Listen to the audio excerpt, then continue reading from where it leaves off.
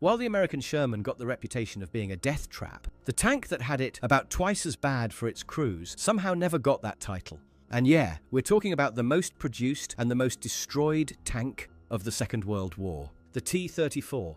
So let's go through the whole story from the beginning and show you the horrors of T34 crews. To understand where the T34 came from, you have to understand what the Soviet Union had before it and why that wasn't going to cut it. In 1930, Soviet agents were sent abroad on what was essentially a shopping trip for tank technology. They bought several British Vickers export tanks, and they got a license for the American Walter Christie tank.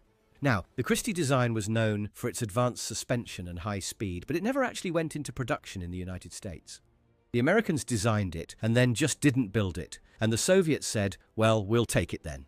In Soviet hands, the Vickers became the T-26, their infantry support tank, while the Christie design evolved into the BT series of fast light tanks meant to fill the cavalry role, and both types were produced in enormous numbers. But the Soviet Union's industry was still far from developed, and the quality of these early tanks was just poor. And even though they had thousands of tanks, they were just thinly armoured and simply not made for any kind of serious fighting. And the proof came quickly. At the Battle of Lake Khasan in 1938 and the Battle of Khalkhin Gol in 1939, these light tanks were getting knocked out all over the place, even from relatively modest guns. The Winter War against Finland in 1939 made the picture even worse, and it became very clear that the Soviet Union needed a much better tank. One with real protection, better firepower, and ideally something universal that could replace both the T-26 and the BT series in a single platform. And then on top of all that, the German invasion of France in May 1940 showed the world what concentrated armour could do when used aggressively with these new blitzkrieg tactics. The Soviets watched how the Germans used their Panzer IIIs and Panzer IVs and realized that their entire tank fleet needed a serious upgrade. This is where Mikhail Koshkin enters the picture. His first attempt was the A-20, which had sloped armour, a 45mm gun, a diesel engine, and the same wheel and track dual-drive system inherited from the BT series. But the A-20 was still too complicated for mass production. The dual-drive concept added complexity that nobody wanted, so the idea was dropped. Koshkin, though, was convinced that just modernizing the BT concept was a dead end. He went back to the Soviet leadership and proposed something more ambitious. There was resistance from the designers of the KV heavy tanks, who saw it as a direct threat to their own program. But Koshkin pushed through, and a new prototype came out of it. It had thicker armour and improved suspension, and most importantly, a 76 instead of the 45mm gun. That was a huge jump in firepower for tanks of the time. The sloped armour, while not a new concept in itself, was applied more aggressively, and the tank got a V12 diesel engine, whose designer, by the way, was executed in one of Stalin's purges. Koshkin named his creation the T34, due to the year when he got the idea for it. The tank weighed about 28 short tons, and its wide tracks were specifically made to spread weight across the soft ground, mud and snow that you get all over the Russian landscape. The diesel engine gave it a top speed of about 33 miles per hour, which was a good turn of speed for a tank of its weight. But before mass production could begin, Koshkin wanted to prove his tank's reliability. So he organized what was basically an extreme endurance test, a roughly 2,000-kilometer road trip with two T-34 prototypes driving from Kharkov all the way to Moscow. Because the project was still secret, the tanks avoided roads and drove mostly through mud and snow. When they arrived near Moscow and were shown to Soviet leaders, the muddy, beaten up but still working tanks pretty much silenced the critics. The journey did, however, expose some transmission problems that would be a cause of headache for crews pretty soon.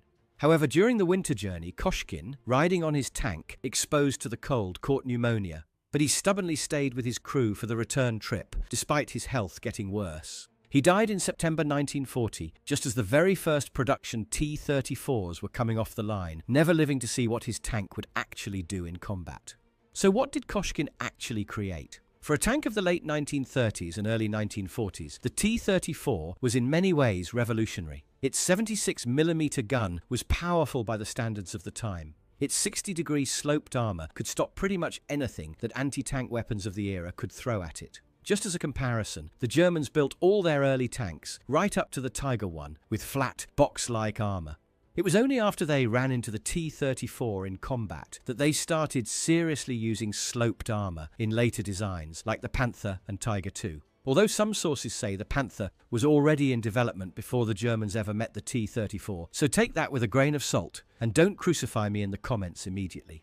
The gun-firing, armor-piercing, composite rigid rounds, basically a tungsten slug inside a wider 76mm casing, could go through about 90mm of armor at 500 meters. And the thickest armor on a Panzer III or Panzer IV at the time was only about 60mm, so that was more than enough to ruin someone's day.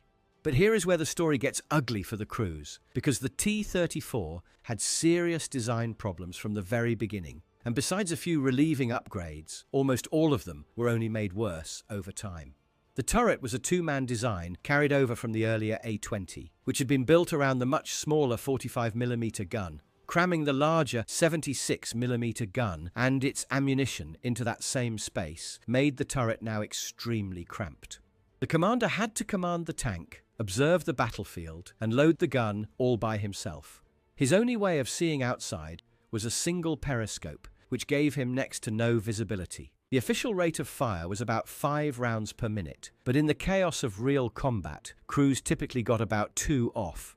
German tank crews, for example, had a commander's cupola, a dedicated gunner, and a dedicated loader in a 3-man turret where they could actually sit without getting a claustrophobia attack, spot their targets and work synchronized with one another. The turret traverse on the T-34 was electric and quite fast, giving it full rotation in about 10 seconds. But fine adjustment had to be done by hand, as the turret had this annoying tendency to keep spinning after you let go of the traverse handle, which made precise aiming trickier than it should have been. There was also no turret basket, so the floor beneath the turret wouldn't rotate with the turret. The crew had to watch where they put their legs when the turret rotated if they wanted to keep them, and with such quick traverse speed, it was easy to send your fellow crewmen in a wheelchair. Visibility from inside the early T-34 was bad from every position, and we need a better word than bad here, because it was just horrible. The optics were well behind what the Germans had as well. The driver sat in an awkward position behind the frontal slope and needed supernatural strength to shift gears, with the hammer lying nearby in case of the shift stick getting jammed. Or better said, when it gets jammed. The early models also had a bow gunner / radio operator crammed into the hull front beside the driver, and this poor soul could see only through a small hole beside his machine gun. But at least he didn't have to worry about escape hatch. That's because he didn't have one, and let's just say that he wasn't going out quickly if the tank caught fire. His position was removed in later variants, luckily. And speaking of getting out in case of fire, the early T-34 had a single, extremely heavy, one-piece hatch on top of the turret for both turret crew members. It took almost superhuman strength to open, but perhaps you'd be well motivated when the tank was on fire. The driver's forward-opening hatch on the glacis was just as bad, if not worse. Hard to open, even under normal conditions, and it had a bad habit of jamming after a hit. The driver would most likely try to escape through the turret rather than his own hatch. The armor itself, while it was better at deflecting shots thanks to the slope, was made from a steel alloy that was strong but brittle. So even when a round didn't penetrate, the impact could cause spalling, which is basically chunks of steel breaking off the inner surface at high speed and flying around inside the crew compartment like shrapnel. The sloped design also took out a lot of internal space. On top of that, Soviet ammunition was more prone to catching fire, and shells were stored in racks along the hull sides, pretty much wherever they could be crammed, in floor stowage under rubber mats, and with some ready rounds in the turret. There was no wet stowage, or any kind of protective arrangement like those later introduced in the American Sherman, to reduce the risk of ammunition fires after a hit. And to top it all off, the fire extinguishers in the T-34 used toxic carbon tetrachloride, meaning that even if the crew managed to put out a fire, they'd still want to bail out of the tank anyway, at least for some time. All of this added up to just brutal survival odds. Soviet tankers lost approximately 2 men killed for every T-34 destroyed. Given that they only had a 3 or 4 man crew, that meant roughly a 50% chance of dying, with some sources suggesting as low as a 20% chance of a crew surviving after a hit. Just to put that into perspective, the American Sherman, which everyone loves to call a death trap, had 5 crew members and averaged only about 1 to 1.3 killed per tank knocked out. So by the summer of 1941, there were only about 900 T-34s in service, alongside roughly 500 KV-1 heavy tanks. The vast majority of the enormous Soviet tank fleet was still the older Bt and T-26 types, numbering in the tens of thousands. And the Red Army that met the German invasion on June the 22nd, 1941, was in terrible shape. Stalin's purges in the late 1930s had wiped out about 35,000 officers, just gutting the army's leadership at every level. New equipment was only starting to arrive. The force had been expanded too fast, and training was a joke. Practical tank school for new crews lasted as little as 72 hours before being thrown into a tank and sent to fight the most experienced armoured force on the planet at the time. The early light tanks were just destroyed by the German advance. Everything pointed towards the Soviet Union collapsing within weeks. But as the Germans pushed deeper into Soviet territory, they started running into tanks they'd never seen before. They'd heard of the Kt.1 and knew it was a tough nut to crack, but they had no idea the T34 even existed. When it first showed up in combat, it was a genuine shock. The most common German anti-tank weapon at the time was the 37mm towed gun, which was also mounted on the Panzer III that was supposed to be tank killer. It turns out it was just useless against the T34, and even the upgraded 50mm gun was struggling to knock out T34 from the front. There's a bunch of frantic German reports of their guns firing over 25 rounds at a single T34 until something finally made the crew bail out, like jamming the turret or breaking the tracks. And all while the T34's 76mm gun could easily destroy almost any German tank of the period. But maybe you wonder why the crew didn't just knock out the gun that fired 25 times at them. Maybe after 10 consecutive shots, they would get the idea of where the fire was coming from and use their powerful gun. Well, the answer is everything we already explained. The crews were barely trained. They could hardly see anything from inside the tank. The commander was overwhelmed. Most tanks didn't even have radios. Only the platoon commander's vehicle would typically have one. And the rest of the crews were supposed to communicate using flags or light signals, which in practice, during actual combat, meant they just followed the lead tank and copied whatever it did. German reports describe Soviet tanks rolling into action without any plan, bunching together, not knowing where the fire was coming from, what they should do, and shooting back inaccurately. The Germans, despite having technically inferior tanks, if you look at the armour and guns on paper, were far better trained and organised. They already knew how to deal with heavy armour, from fighting British Matildas and French Char B1s during the 1940 campaign in France. They adapted quickly, pulling their 88mm anti-aircraft guns into an anti-tank role again.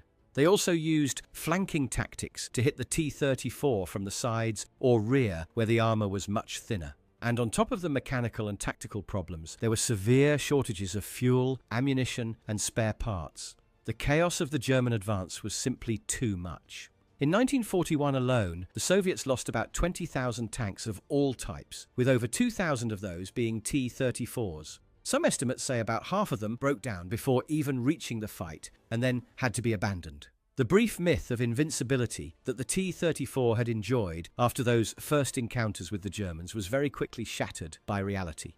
By autumn 1941, the Wehrmacht was outside Moscow, and the Soviet Union was genuinely on the edge of collapse. However, two things prevented that from happening. First, enormous reserves of troops that had been held back near Moscow were thrown into the defense. And second, the entire country shifted into a total war posture, where defense production became the top priority above everything else. But to keep the factories running, they had to move them out of reach of the German advance and air raids. So in what might be one of the most extraordinary logistical feats of the entire war, the Soviets took apart entire factories, loaded them onto trains, and shipped them thousands of kilometers behind the Ural Mountains to Siberia and Kazakhstan in the middle of nowhere, along with tens of thousands of workers and their families, whose entire life for the next several years was just work, sleep, and repeat, keeping the production lines going around the clock. This move came at a cost, though. For over a month, tank production just stopped completely while everything was being taken apart, moved, and put back together. When the production started up again, different factories ended up building slightly different versions of the T-34 depending on what materials and parts they had available. So you'd get small variations in design and quality from factory to factory.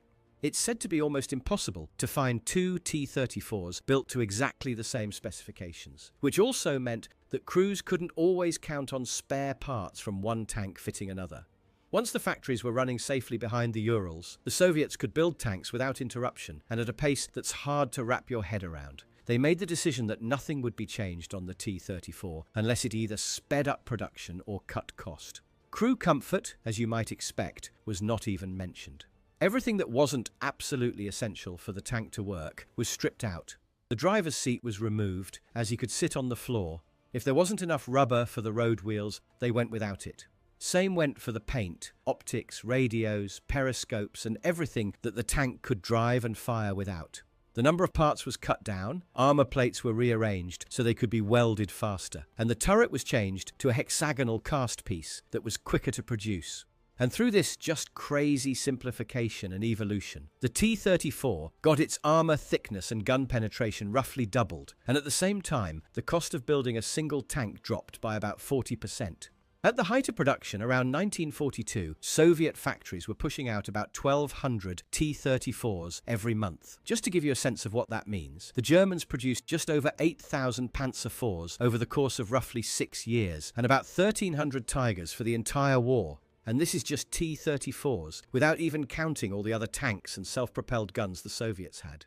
As more tanks reached the front from 1942 onwards, Soviet tactics and crew training finally started getting better. The mindless charges without artillery support, or any kind of reconnaissance that you saw in the early war, gave way to more coordinated operations. The Soviets came up with a pattern of attack that became their signature. First, a massive artillery barrage, and then, the moment it lifted, a combined wave of tanks and infantry following at full speed. Infantry rode on the tanks into action, so handles were welded to the hulls for the soldiers to hold onto, and radios started being installed across more tanks. Losses stayed high, but the attacks genuinely terrified German soldiers. By the summer of 1943, especially around the Battle of Kursk, the Germans brought their heaviest tanks to the Eastern Front in real numbers. They also upgunned their Panzer IV and Stug 3 with a high-velocity 75mm anti-tank gun. Soviet crews were the first to face the Tiger-1, the Panther, the Tiger II, and super-heavy tank destroyers like the Ferdinand and the Jagdpanther, where the T-34's 76mm gun just wasn't cutting it anymore, and whatever armor advantage it once had was long gone.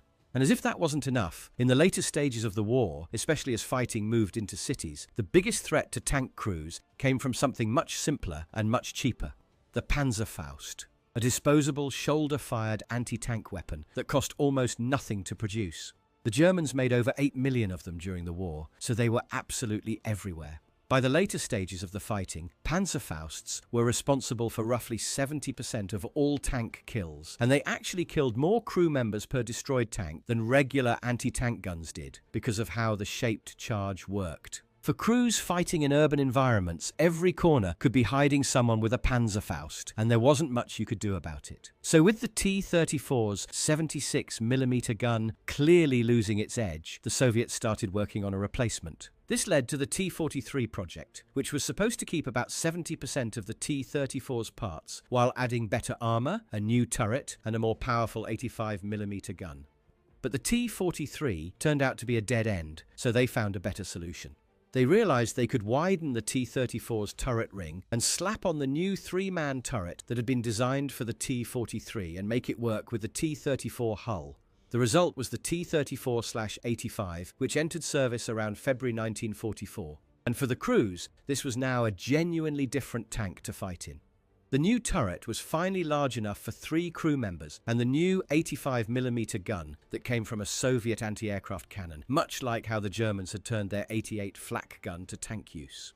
The T-34/85 now finally had a dedicated gunner and loader, so the commander could focus on what he was supposed to be doing. He got a proper cupola with periscopes. The turret now had a basket, so the crew rotated with it and didn't have to worry about getting their legs chopped off. Now, the 85mm shells were bigger, so ammunition capacity dropped from about 90 to around 50 rounds, but they could now really challenge German armor at range. The hull didn't change all that much apart from thicker frontal armor, brought up to about 90mm. The T-34/85 was still far from comfortable by Western standards, but compared to what horrors these crews had been living in before, it was a completely different experience. By the time the war ended, the Soviets had built approximately 57,000 T-34s of various models. Some sources put the total, including post-war production, at around 80,000, which makes it by far the most produced tank of the Second World War. Second place goes to the American Sherman at just under 50,000. And the T34 also holds the unfortunate record of being the most destroyed tank of the war, with about 44,000 lost in combat. Behind every one of those losses, there were crews, and a lot of them never made it out of their tank when it was hit.